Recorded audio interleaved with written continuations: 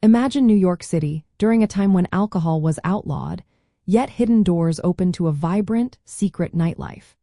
It is a fascinating period that conjures images of clandestine bars and whispered passwords. Many iconic venues emerged during and after this era, but sorting out which ones were true speakeasies can sometimes be tricky. To answer directly, no, the Stork Club was not an example of an early New York City speakeasy. While it became one of the city's most legendary nightclubs, its rise to prominence occurred after the Prohibition era had already ended.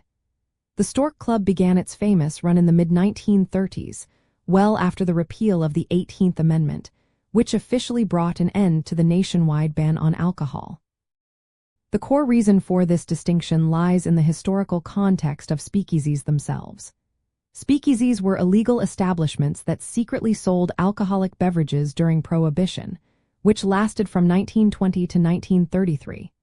They operated in defiance of the law, often behind unmarked doors, with patrons having to speak softly or speakeasy to avoid detection by authorities.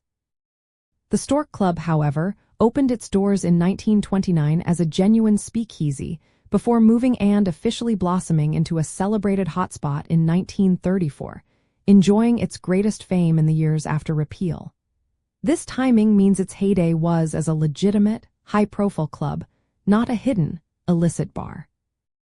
To understand the difference, consider that true speakeasies were defined by their secrecy and illegality, thriving on discretion. They often had camouflaged entrances, disguised liquor, and a constant fear of raids. The Stork Club, on the other hand, became famous for its overt glamour, celebrity clientele, and legitimate operation as a sophisticated supper club.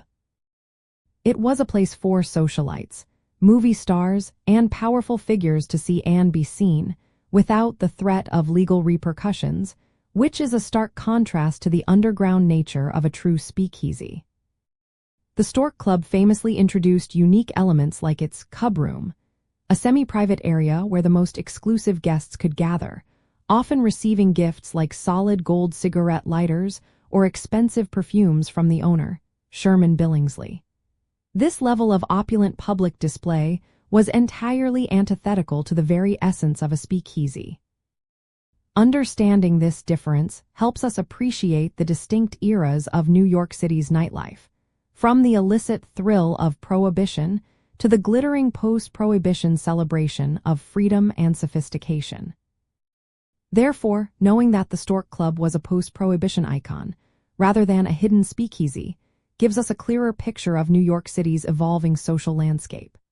It helps us differentiate between the daring, underground venues that defied the law and the grand, legitimate establishments that celebrated the return of legal libations, each playing a vital role in shaping the city's rich history of entertainment and nightlife.